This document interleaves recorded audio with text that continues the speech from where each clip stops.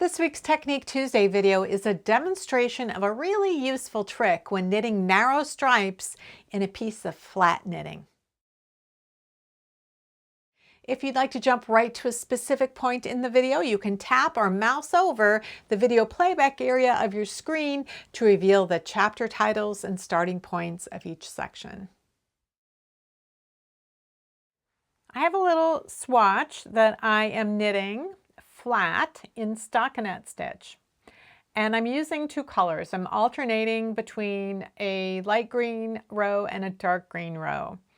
And this might seem like a fairly straightforward thing to do. You can see I've got both yarns over here on the right edge. And it's time to start a dark row. So I can pick the color that I want, the dark green, and I can work across my row of stitches.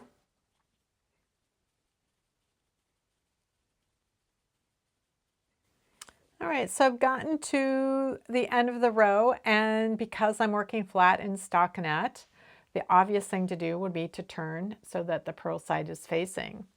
But I have a problem, which is that I want to work a row with the light colored green. And so the way that you solve this issue, you don't have to cut the yarn and rejoin it. You'll notice I have no ends here that I've cut and rejoined and then had to weave in. Instead, when I finish this row of the dark green, I just look to see where the light green is hanging. And if it's hanging at the opposite end, at the opposite edge where I have just completed a row, then I just need to slide those stitches to the other end of my double pointed needle. This would work on a circular needle as well. Any kind of needle that has two tips, one at each end, this will work with. So now I can just work across these stitches again with the light green, and because the right side of the work is facing me, I need to work it the way I would normally work a right side row of stockinette, which is I have to knit it. So even though I knit the previous row, I'm going to knit this one as well because the right side of the work is facing me. Just like when you're working in the round in stockinette and the right side is always facing you, you are knitting every round.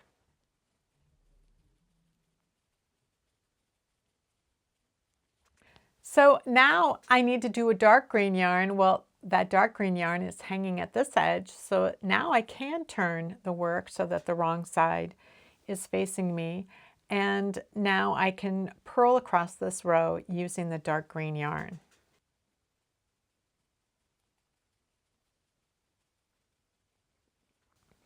So I just finished my purl row and it's time for a light green, and because the yarn is at this end, I'm going to push those stitches to the other end so that I can work across this row as well. So in order to work a single row stripe without cutting ends, I just have to work two right side rows sequentially, one in each color, and then two wrong side rows sequentially. And now I'm back where I started with both yarns on the right edge of the work. So the next example I want to talk about is when you are working with two row stripes.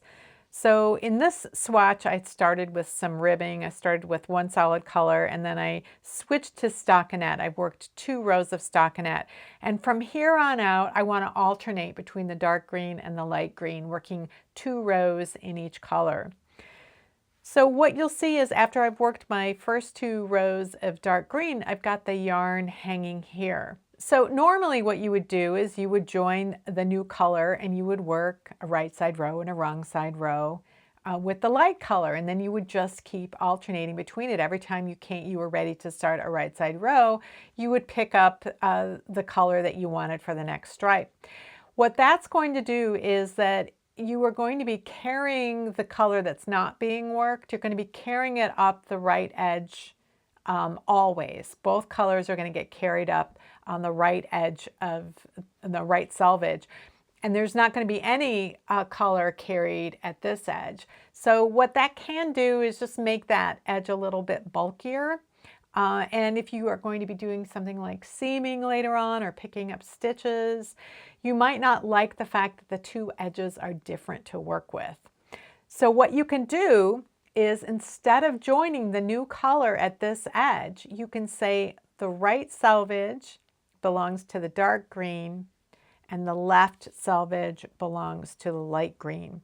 So when I finish this wrong side row with the dark green, I don't turn the work. Instead, I slide it to this end and then I join the work and I work a purl row. So when I'm working the light green, I'm going to start with a purl row and end with a knit row.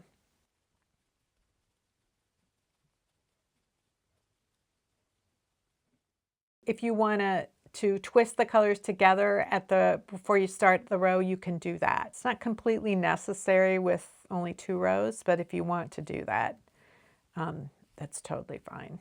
So I've finished my second row of the light green, and now it's time to start the dark green. It's at this end, and so I slide the stitches down here and I do my 2 rows. So once you've established this with one of the colors at each edge, then you just work from whichever edge is necessary in order to get that color to appear in your work.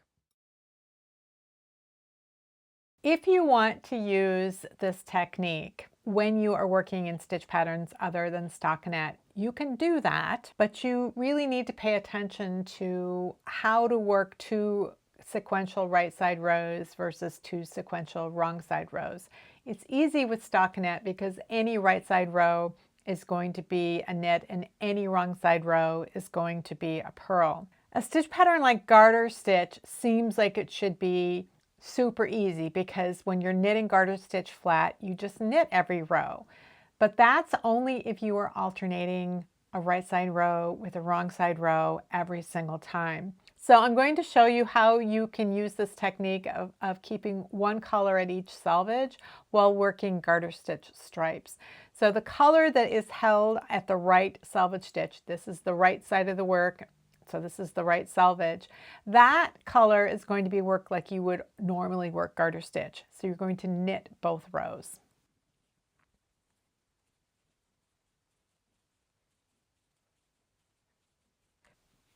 So now it's time to work the light color green. I just finished this dark color and I'm keeping this side of the fabric facing me.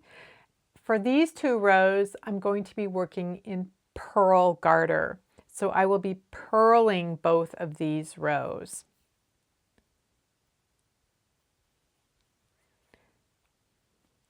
Garter stitch can be worked by knitting every row or purling every row.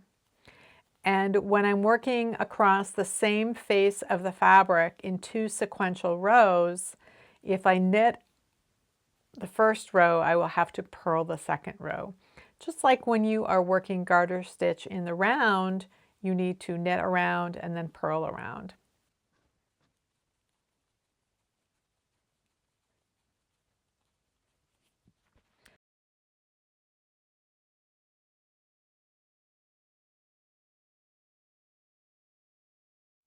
The 1 row or 2 row trick can be used in situations when you aren't knitting stripes, but instead are knitting with a hand-painted tonal yarn and need to alternate knitting from each skein in order to minimize a noticeable change from one skein to the next.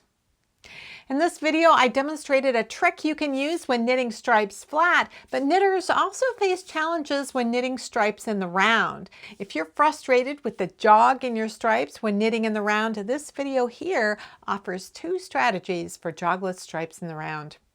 If you're frustrated by color blips when working with stripes in textured stitch patterns, you might like this video over here. Thanks for watching, and I'll see you next time.